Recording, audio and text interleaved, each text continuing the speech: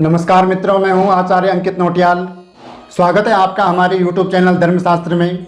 जैसे कि आप जानते हैं कि हम इस चैनल के माध्यम से धर्म से संबंधित जानकारियां लाते रहते हैं। तो आज हम जानेंगे कि जब हम व्रत करते हैं तो हमें कौन से व्रत में किस प्रकार का हमें भोजन करना चाहिए, व्रत वाले दिन हमें क्या क्या करना चाहिए, क्या क्या नहीं करना चाहिए, इस पर आज हम बात करेंगे। कई लोगों ने प्रश्न पूछा है कि हम व्रत करते हैं पर हमारे मन में एक संशय रहता है, एक शंका रहती है कि हमें व्रत वाले दिन क्या भोजन करना चाहिए, शनिवार के व्रत में क्या खाना चाहिए, सोमवार के व्रत में क्या खाना चाहिए, सत्यनारायण भगवान का अगर हम व्रत करते हैं तो उसमें क्या खाना चाहिए। इस प्रकार के कई प्रश्न लोगों ने मेरे से पूछे हैं और मैंने उनको उनके द्वारा उत्तर पहुंचाया है। तो आज मैं ये वीडियो इसीलिए बना रहा हूं कि जो लोग व्रत करते हैं उनकी ये सारी शंकाएं दूर हो जाएं। अब शनिवार का यदि हम व्रत करते हैं तो शनिवार के व्रत का नियम है कि हमें काले उड़द और चावल की खिचड़ी खानी पड़ती है, वो भी बिना नमक मिर्च वाली। और वो भी किस प्रकार खाते हैं, उतना ही हमें बनाना है जितना हम खुद खाएं। थोड़ा हमने एक काले कुत्ते को भोग के रूप में देना है। पहले भगवान शनिदेव को भोग लगाएं, उसके बाद काले कुत्ते को दें, उसके बाद खुद खाना है। और जो बच जाए वो फेंकना नहीं है, कहीं पर गड्ढा खोद करके गड्ढे के नीचे उसको दबा देना है किसी साफ सुथरी जगह पर। और जब हम खिचड़ी बनाते हैं तो उसमें हम नमक बिल्कुल भी नहीं डालना है, नमक का प्रयोग नहीं होता है उस खिचड़ी में। तो कई लोगों ने प्रश्न किया है कि क्या शनिवार में जब हम खिचड़ी खाते हैं तो नमक का प्रयोग कर सकते हैं। तो नमक हमें बिल्कुल भी नहीं खाना चाहिए। यदि हम फीकी खिचड़ी नहीं खा सकते हैं तो तब हम थोड़ी मात्रा में उसमें सेंधा नमक डाल सकते हैं, क्योंकि हमें वो खाना है तो मजबूरी है कि हमें सेंधा नमक उसमें डालना पड़ता है, नहीं तो नियम तो ये है कि नमक नहीं डालना चाहिए उसमें। तो इस प्रकार से आप शनिवार के व्रत में भोजन करें। अब सोमवार का हम व्रत करते हैं तो कई लोग क्या कहते हैं कि हमको किसी ने बताया कि सोमवार के व्रत में हमें मीठा ही खाना चाहिए, कोई कहता हमें बताया कि हमें नमकीन ही खाना चाहिए। तो ऐसा कहीं भी नहीं लिखा है कि तुम्हें सोमवार का व्रत करना है और मीठा ही खाना है। कोई ज़रूरी थोड़ी नहीं है कि किसी को मीठा पसंद हो। यदि हम सोमवार का व्रत रखते हैं तो हम कौन सा नियम पकड़ते हैं, हमें सोमवार के व्रत में कसार का प्रसाद बना करके भगवान शंकर माँ गौरा को पहले भोग लगाना है। उसके बाद उस प्रसाद को ग्रहण करके अर्थात खा करके अपना व्रत खोल देना है। उसके बाद आप अन्न खा सकते हैं, रोटी सब्जी इत्यादि खा सकते हैं आप। पर ध्यान रहे, आप जो भी भोग भगवान के लिए बनाते हैं या अपने लिए भोजन बनाते हैं उसमें तेल का प्रयोग, लहसुन प्याज का प्रयोग, उड़द बैंगन मसूर इत्यादि का प्रयोग आपने बिल्कुल भी नहीं करना है। आप भोग बनाएं तो उसमें आप शुद्ध देसी घी का ही प्रयोग करें और पहले भगवान शंकर माँ गौरा को भोग लगाएं, उसके बाद आप स्वयं उस भोजन को खाएं।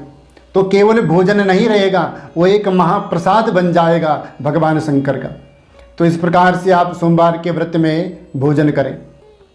बृहस्पतिवार के यदि हम व्रत करते हैं तो उसमें हमें कुछ पीला खाना होता है। पीला यदि हम मान लो तो हम मीठे चावल बना सकते हैं, उनमें हम थोड़ा हल्दी डाल दें। यदि हम रोटी बनाते हैं तो उसमें भी हल्दी डाल दें। हलवा बनाते हैं तो उसमें हम हल्दी डाल दें। पर ध्यान रखना, यदि हम खीर बनाते हैं, जैसे सोमवार के व्रत में भगवान को भोग लगा दिया, बृहस्पतिवार वाले दिन कई लोग क्या करते हैं कि उनके परिवार में लोगों को खीर पसंद होती है तो वो खीर खा लेते हैं। खीर में कभी भी नमक नहीं डालना चाहिए। खीर में नमक जो डालता है वो खीर नहीं मांस खाता है। खीर में यदि हम नमक डालते हैं तो वो मांस बन जाता है। और दूध में भी कभी भी नमक नहीं डालना चाहिए। दूध में यदि हम नमक डालते हैं तो वो मदिरा शराब बन जाती है, इसलिए ऐसी गलती आपने बिल्कुल भी नहीं करनी है।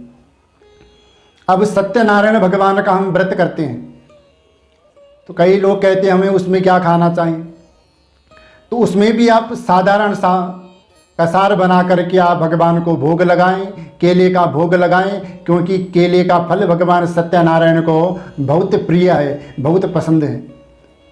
भगवान को भोग लगाने के बाद वही प्रसाद आप ग्रहण करें, अपना व्रत खोलें और उसके बाद आप अन्न खा सकते हैं। पर जिन चीज़ों का मैंने निषेध बताया है कि इन चीज़ों का प्रयोग नहीं करना है, इनका आप कभी भी भूल से भी इनका प्रयोग नहीं करना चाहिए।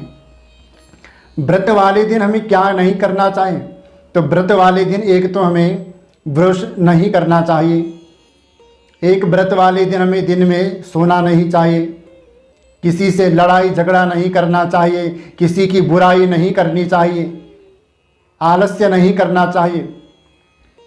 अगर हमें दिन में थोड़ा समय मिलता है तो हम भगवान की कथा पढ़ें, भगवान के नाम का संकीर्तन करें, ध्यान रहे ना तो हम किसी की बुराई करें और ना ही हम किसी की बुराई सुने। इस प्रकार से व्रत करना चाहिए हमें। तो मेरा कहना है आप जो भी व्रत करो वो शास्त्र के अनुसार करो। जब व्रत शुरू करने हो तो संकल्प करके व्रत शुरू करने चाहिए, और जब व्रत समापन करो तो तब उद्यापन करना चाहिए। उद्यापन करते समय भी संकल्प होता है, तब वो व्रत जो हमारे वो भगवान को अर्पण होते हैं, तब हमें उसका फल प्राप्त होता है। क्योंकि वाल्मीकि रामायण में कहा गया है कि विधिहीनस्य यज्ञस्य सद्यः कर्ता विनश्यति। जो शास्त्र विधि को नहीं मानता है, शास्त्र विधि के अनुसार कर्म नहीं करता है, पूजा पाठ नहीं करता है या कोई ब्राह्मण नहीं करवाता है, तो उसका तो विनाश होता ही है, पर कर्म करने वाला जो यजमान है उसका भी विनाश होता है, अर्थात उसको भी कोई फल प्राप्त नहीं होता है उस कर्म कराने का। इसीलिए आप ध्यान रखें, जब भी आप कोई कर्म कराएं तो किसी विद्वान ब्राह्मण से ही कराएं। एक प्रश्न और पूछा था किसी ने, और बहुत सुंदर प्रश्न है। कई जगह क्या होता है, जब किसी की मृत्यु होती है तो पहले तो कई लोग 13 दिन की तेरहवीं नहीं करते हैं। यूपी साइड में देखने को मिलता है कि कई लोग 9 दिन में 13वीं कर देते हैं, कई लोग 5 दिन में, कई लोग 7 दिन में। और जिस दिन उनका 13वीं का भोजन होता है उस दिन भोजन वो ऐसे बनाते हैं जैसे उनको बड़ी खुशी हुई हो उसके मरने पे। लड्डू बनाते हैं, रसगुल्ले बनाते हैं, खीर पूड़ी इत्यादि बनाते हैं। तो ये तो बहुत बड़ी गलती है कि हम उसके मरने की खुशी मना रहे हैं, इतना स्वादिष्ट भोजन बना रहे हैं, जबकि किसी भी शास्त्र में ऐसा नहीं लिखा है कि तुम इतनी सारी चीज़ बनाओ। पितृकर्म की जो पुस्तक है उसमें भी नहीं लिखा है, गरुड़ पुराण में भी नहीं लिखा है। गरुड़ पुराण में तो कहा गया है केवल अपने गोत्र वालों को भोजन कराना चाहिए, दूसरे गोत्र वालों को भोजन बिल्कुल नहीं कराना चाहिए 13वीं का। और जो स्त्री व्रत रखती हो, जिसने व्रत का संकल्प किया हो, और विधवा स्त्री को तो 13वीं का भोजन बिल्कुल भी नहीं खाना चाहिए। तो अब आपकी समझ में बिल्कुल आ गया होगा हमें कौन से व्रत में किस प्रकार का भोजन हमें करना चाहिए, क्या करना चाहिए, क्या नहीं करना चाहिए व्रत वाले दिन। तो आज के लिए इतना ही। हमारे द्वारा दी गई जानकारी आपको पसंद आए तो हमारे चैनल को सब्सक्राइब करें, लाइक करें, शेयर करें, कमेंट करके ज़रूर बताएं। यदि आपका कोई प्रश्न है तो कमेंट बॉक्स में ज़रूर आप पूछ सकते हैं। तब तक के लिए जय जय श्री राधे श्याम।